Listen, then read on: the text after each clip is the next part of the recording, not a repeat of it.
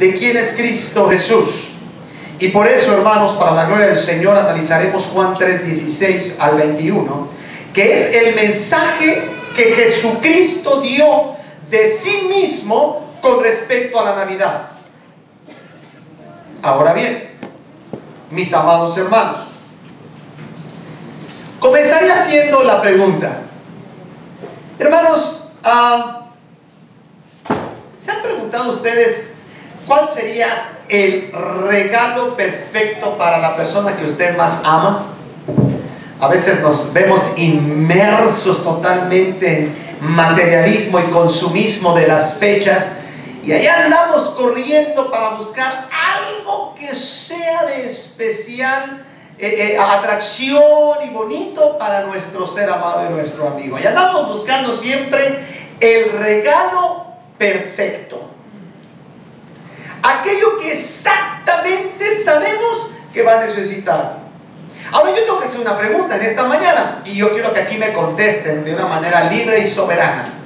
¿Qué es más fácil, regalarle a un hombre o a una mujer? A un hombre. Y los que somos casados o los que tienen novia no me van a dejar mentir. Qué difícil es regalarle algo a una mujer. Y luego leemos la expresión: ah, está bonito, no le gustó. Y a nosotros nos dan una pluma, nos dan un pisacorbata, un llaverito, y andamos cargando toda la semana ahí en la oficina. Qué difícil es dar algo que sea perfecto, algo que necesita. Mamá en los últimos años decía: a mí no me dé nada, mejor denme dinero, yo sabré qué me compro. Yo creo que con esto mamá lo que estaba diciendo es que de nada no le atinan a los regalos de mis hijos, ¿no? Mejor denme el dinero, yo sabré qué me compro, cómo lo uso. ¿Saben cómo resulta desafiante esto?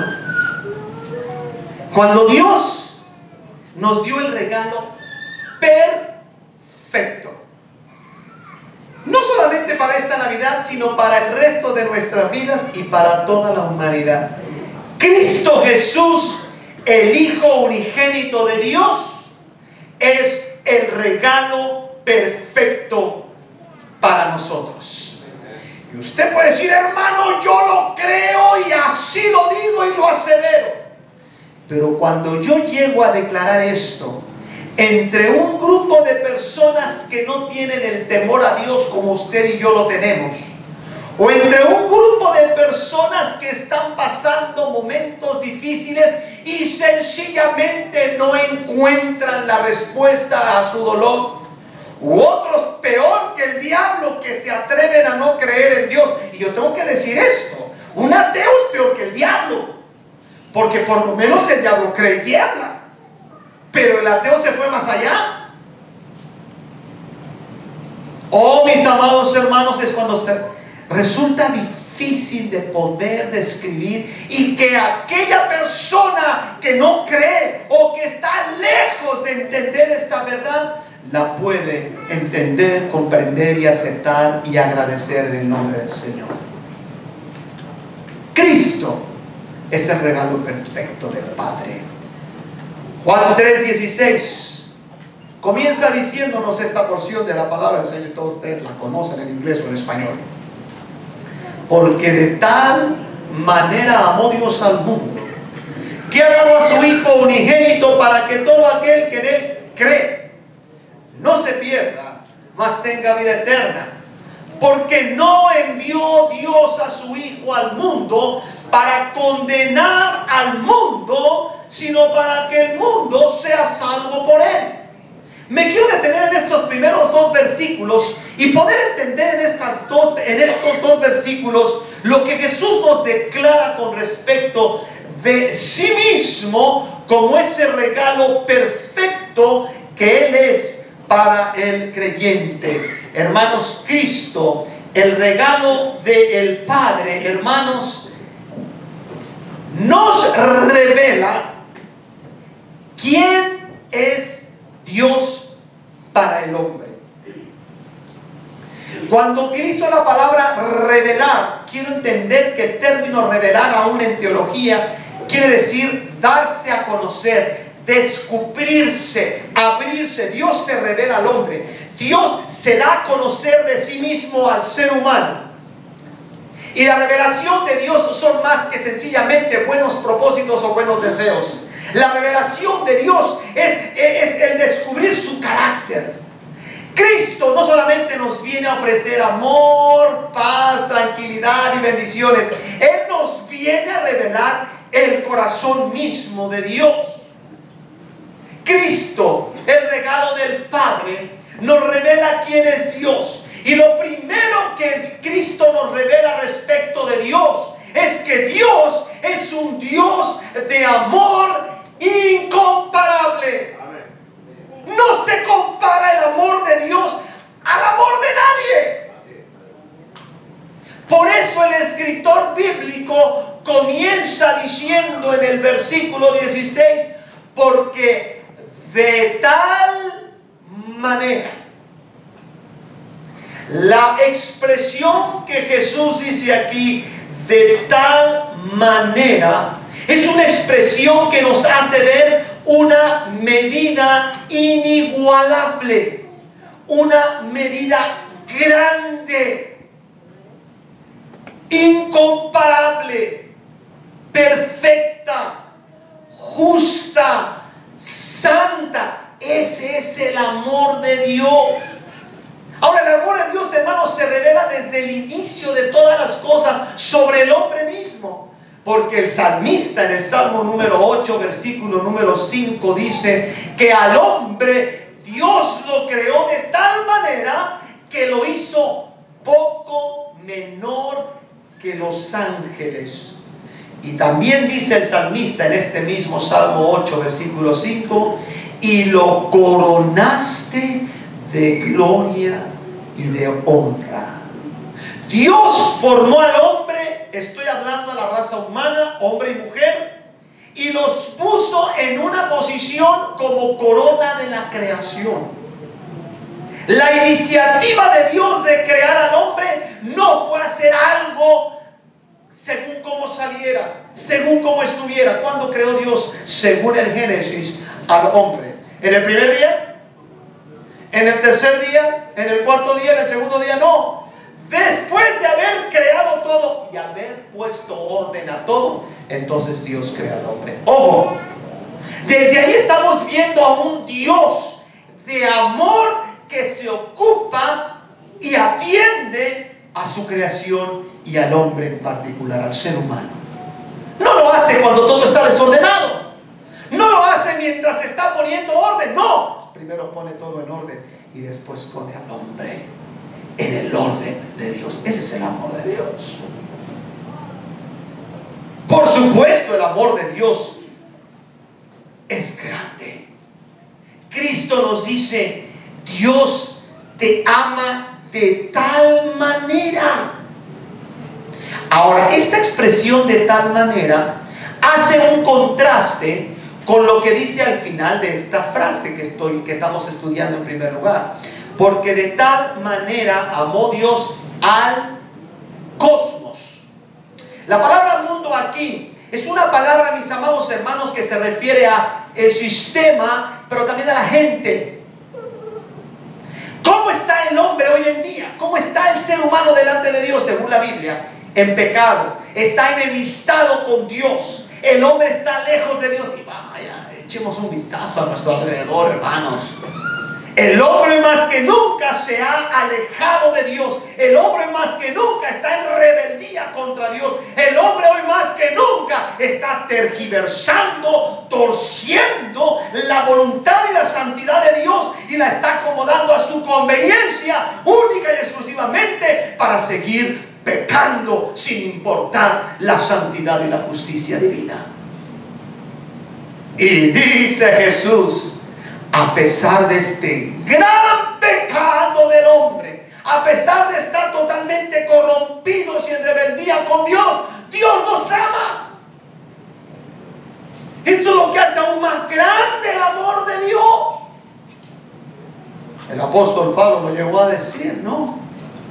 En esto mostró su amor Dios para con nosotros, en que siendo aún pecadores, a pesar de ser pecadores, Cristo murió. A pesar. No tomes en menos la gracia de Dios. No creas que Dios no se da cuenta de tus pecados y de los míos. No creas que Dios no se da cuenta de lo que piensas y aún de las intenciones malvadas de tu corazón. Pero a pesar de eso, Dios te ama. Y por eso Cristo dice, de esa manera te ama Dios. Ninguno de los que estamos aquí presentes merecemos nada de Dios. Nada. Dios no nos debe nada, hermanos. Y nosotros le debemos todo. Y Él nos ama. Y Juan, este mismo Juan que escribe este evangelio, escribiendo su primera carta, en una de las partes de su primera carta se atreve a decir inclusive, si nosotros le amamos a Él, ¿es por qué? Porque Él tomó la iniciativa, nos amó primero. Usted y yo no estamos amando a Dios ni estamos aquí adorando su nombre porque nazca de nuestro corazón y porque Dios no haya hecho nada. Dios no está estático. Dios ha hecho que nosotros vengamos y reconozcamos su amor en este tiempo. Él nos ama aún antes de que nosotros diéramos cuenta de que Él existía. Lo primero que entonces Cristo me revela es que Dios es un Dios de amor incomparable. ¿Sabes qué es lo segundo que Cristo me revela como el regalo perfecto del Padre para mí, para usted? Que Dios es un Dios, escuche esto, plenamente confiable. Vamos otra vez al versículo 16. Porque de tal manera amó Dios al mundo. Y la siguiente parte dice que ha dado a uno de sus tantos hijos. ¿Saben qué dicen los mormones? La teología mormona dice que Dios tuvo muchos hijos. Y que en estos tantos hijos que Dios tuvo, estaban Jesús y Satanás. Y en una discusión celestial, se empezó a discutir de qué manera quién iba a salvar, de qué manera y quién iba a salvar al mundo. Y entonces empezaron los hijos de Dios a discutir, y entre los hijos de Dios se decidió que fuera Jesús, pero Satanás quería ser el Salvador, y como no fue, se enojó y se rebeló contra el Padre, y por eso el Padre lo expulsó del cielo. Jesús fue uno de tantos hijos. Es más, la teología mormona, que nunca te va a decir esto cuando te está evangelizando y si te va a amarrar con dinero, es que algún día aquellos que se casan en un templo mormón llegan a ser médicos que pueden llegar a ser Dios de otro planeta. Y si usted no lo sabe, y si usted no lo cree, con mucho gusto nos podemos sentar a discutir sobre estos asuntos que ellos nunca les van a revelar en su momento. Lo incomparable y lo pleno confiable de Dios es que se nos revela en este versículo que Jesús es el unigénito Hijo de Dios. Ahora vamos a tener mucho cuidado en esta expresión, porque la palabra unigénito quiere decir de alguna manera etimológicamente como el primer engendrado. Unigénito, el primer engendrado, el único engendrado. No está diciendo esto la palabra del Señor. No nos está revelando que Cristo es el primer o el único que Dios generó o que Dios creó. Porque una de las verdades que nosotros creemos con respecto de Cristo, ¿cuál es? Que Él es Dios eterno, la segunda persona de la Santísima Trinidad. Que Él no tiene principio como tampoco lo tiene el Padre y el Espíritu Santo. Entonces la palabra unigénito no quiere decir el único engendrado, sino más bien refiere al hecho de ser el único en su clase, sin comparación alguna. Jesús es único en su clase. No hay comparación en el el cielo, ni en la tierra, ni en el universo. Ese es Jesús. Ahora, hermanos, entendemos esta incomparable gloria de Jesús cuando mismo Jesús, orando en esa oración sacerdotal de Juan capítulo 17, versículo número 5, Jesús dijo lo siguiente: Padre, glorifícame tú al lado tuyo con aquella gloria que tuve contigo antes que el mundo fuese. Antes de que todo empezara a existir, Cristo ya existía, porque es Dios. ¿Están siguiendo? Entonces Jesús dice: Padre, tú y yo somos eternos. Esa gloria eterna que yo tuve antes de que todo se creara. Ahora, ¿por qué estoy diciendo que Dios es plenamente confiable? Déjenme decirle algo. Nosotros somos muy desprendidos quizá y podemos ser muy generosos con los demás, pero llegamos a un límite, ¿no es cierto? Primero pensamos, dicen algunos, primero son mis dientes y luego mis parientes. Primero veo yo que esté bien y después veré a ver a quién más puedo ayudar. Nuestra ayuda hacia los demás llega a ser medida. Algunas veces llega a ser bastante espléndida, pero no es suficiente. Tenemos un límite. Dios no tuvo ningún límite. Dios no tuvo ningún reparo. Dios no se detuvo para darnos lo más glorioso de Él, su Hijo. Se dio a sí mismo por nosotros. Cristo nos revela que Dios puede ser plenamente confiable, porque todo lo que yo confío a Dios, aún mi propia vida, está bien agarrada en un Dios que si me dio a su propio Hijo, ¿cómo no me va a dar con Él todas las demás cosas? Dios es un Dios confiable, plenamente. Tú puedes venir a Dios si estás pasando por alguna prueba. Tú puedes venir a Dios y créemelo, puedes confiarle aún tu dolor, tu queja, tu enojo, y Dios va a obrar de maneras maravillosas, porque es un Dios en el que puedes confiar. Lo tercero que Dios es revelado en Cristo Jesús es que Dios es un Dios de un perdón, y escuche esto, perfecto. Su perdón es perfecto. ¿Qué dice la última parte del versículo 16? Para que todo aquel que en Él cree no se pierda, mas tenga vida eterna. No se pierda. Esta idea de perderse habla de condenación eterna. ¿Y quién es todo aquel? Es una inclusión perfecta. No hay discriminación de parte de Dios. La salvación es para todo el hombre que quiera tomarla. Todo aquel que se atreve a creer en Cristo tiene la vida. Lo dice más adelante. El que cree en el Hijo tiene la vida.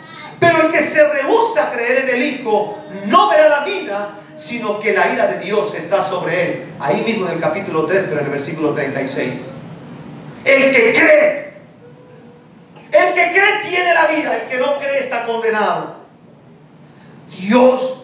Cristo me dice, Dios te puede perdonar completamente. La Biblia nos dice desde el Antiguo Testamento que Él toma todos nuestros pecados y los echa al fondo del mar y no se vuelve a acordar de nuestros pecados.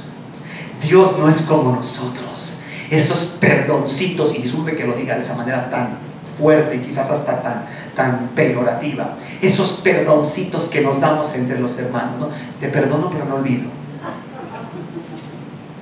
Esos perdoncitos que pareciera que nosotros nos sentimos que les estoy haciendo el favor de perdonarlos, y esos que no saben perdonar, que se llevan su orgullo hasta la tumba.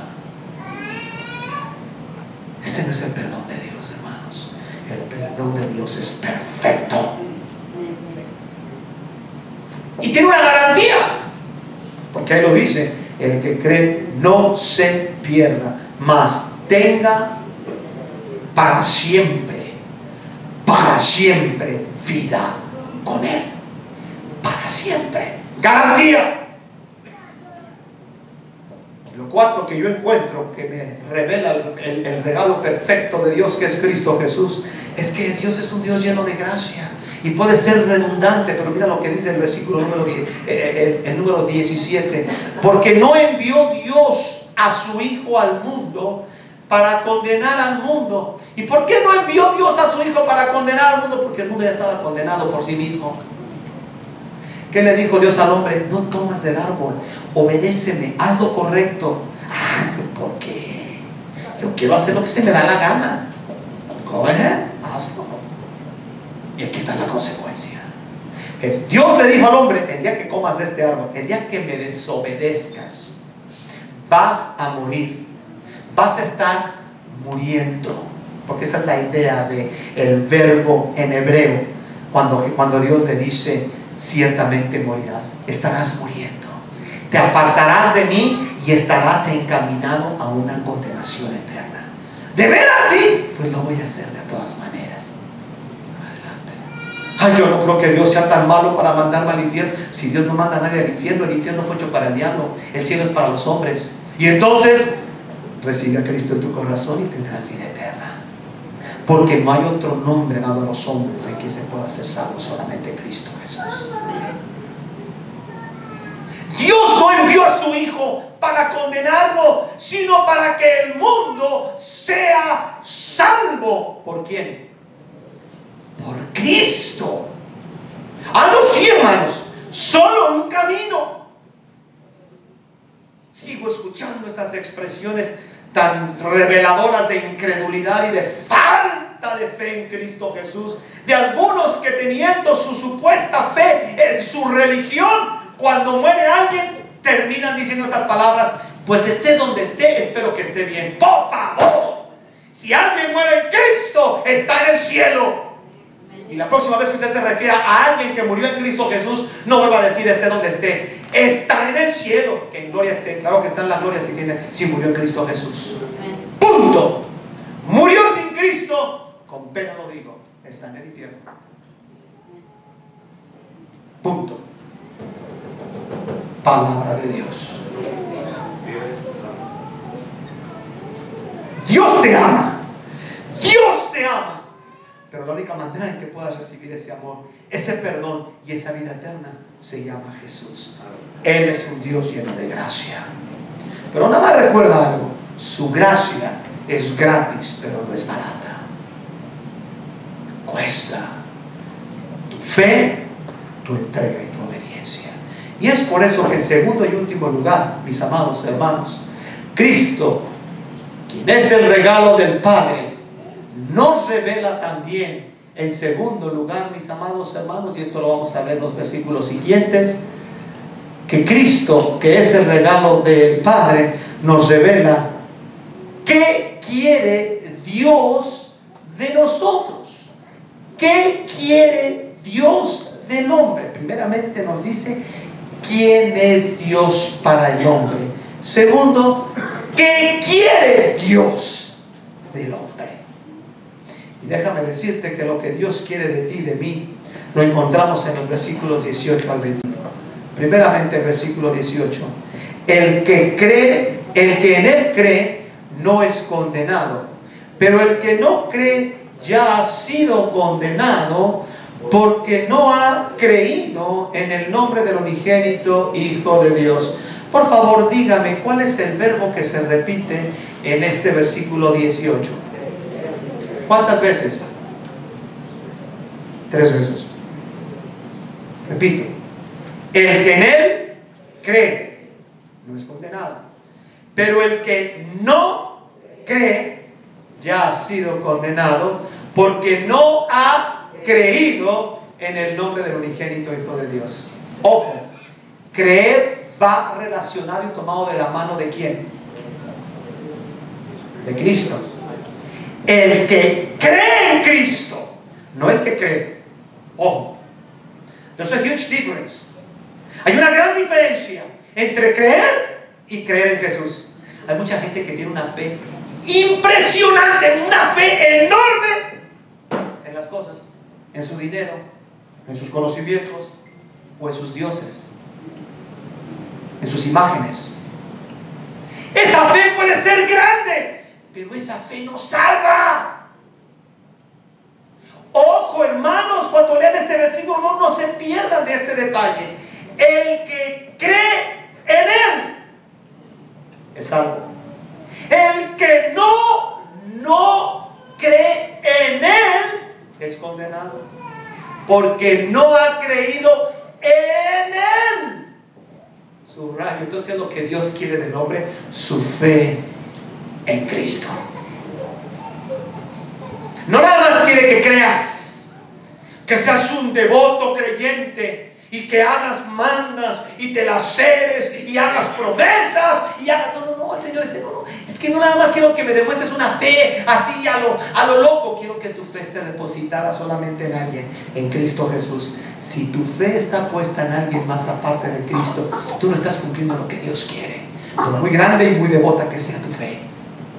Si tu fe está puesta en alguien más que no se llame Jesús, en José, María, Pablo, Juan, Francisco, si tu fe está puesta en alguien más que no es Jesús, por muy grande que sea esa fe, estás condenado.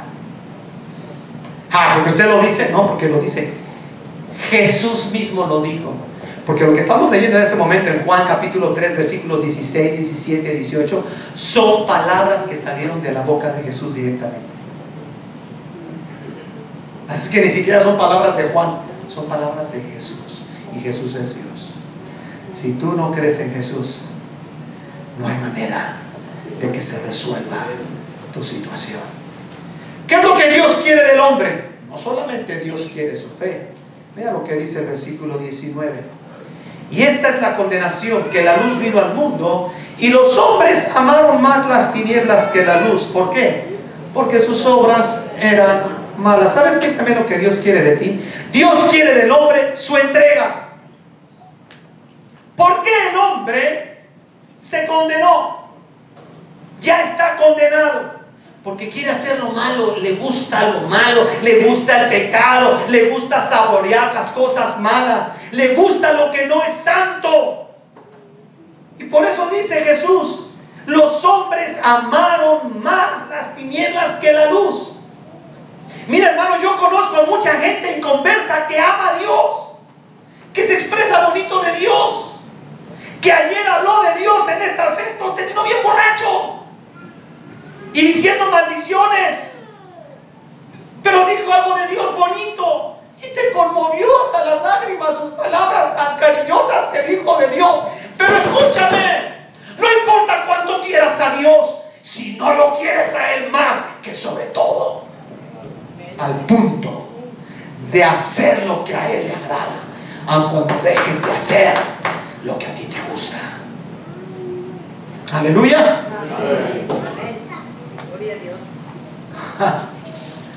Dios no comparte su amor con nadie. Tienes que amarlo por completo. A Dios no me le das nada más el domingo, le das todos los días de tu vida. Al Señor no solamente le das tu diezmo, le dejas el control de toda tu vida.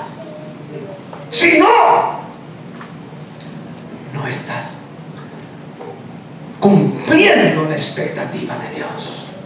¿Y sabes qué es lo que Dios quiere también? Versículo 20.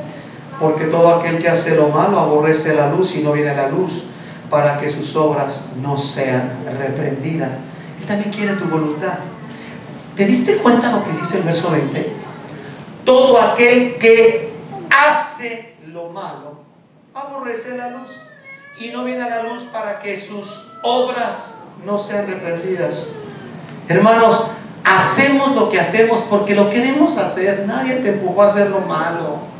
Ya me he cansado de decir esto tantas veces, hermanos.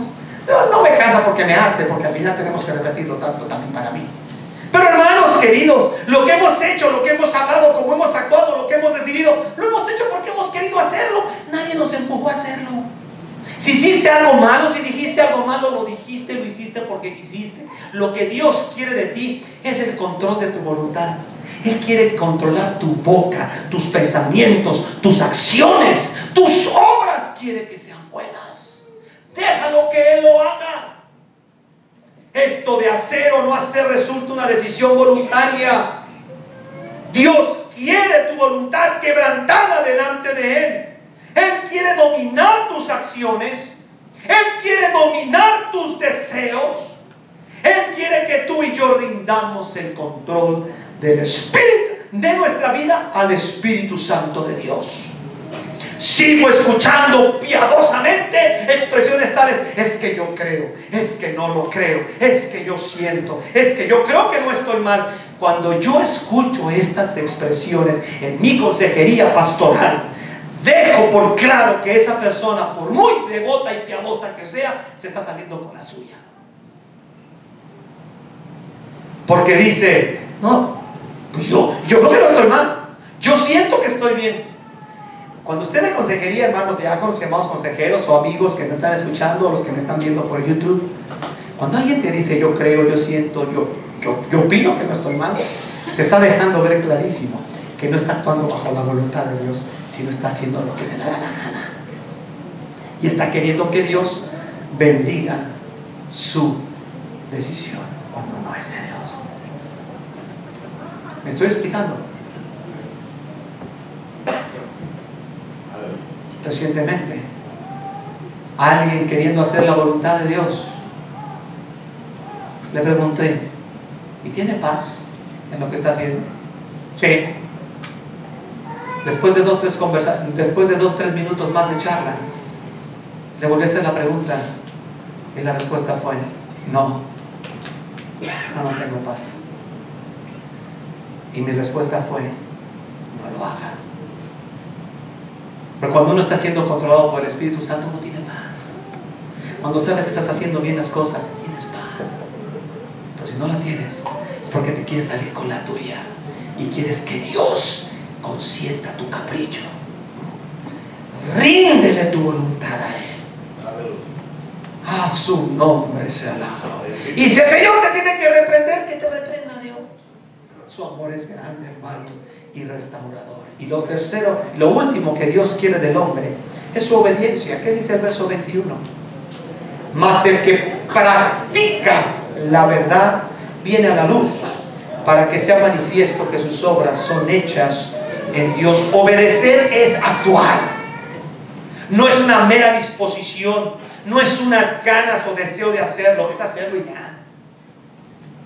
Si bien la salvación es por gracia, las obras son el resultado de una fe verdadera. Santiago lo dijo: si tú no tienes obras, tu fe está muerta.